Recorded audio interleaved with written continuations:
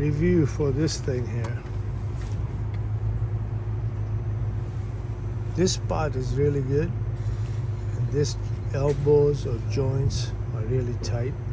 These two and this is still fine, but this nut here, the last one I got, is plastic, it cracked.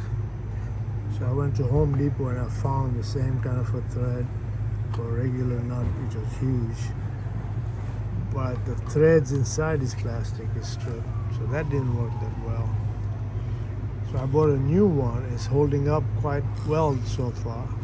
But the last one and then this one also, this is the magnet that holds the phone in there.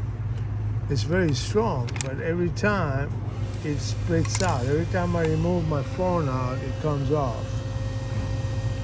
So it's a pain in the butt to like try and put everything together. The last one I lost all the springs. So, you know, it works well for like pouring down rain.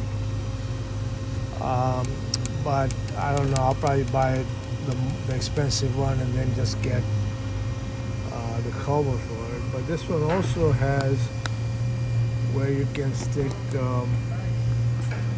this to connect to be charging all the time. So I could leave this charging the phone while I'm writing, and it's connected to my battery.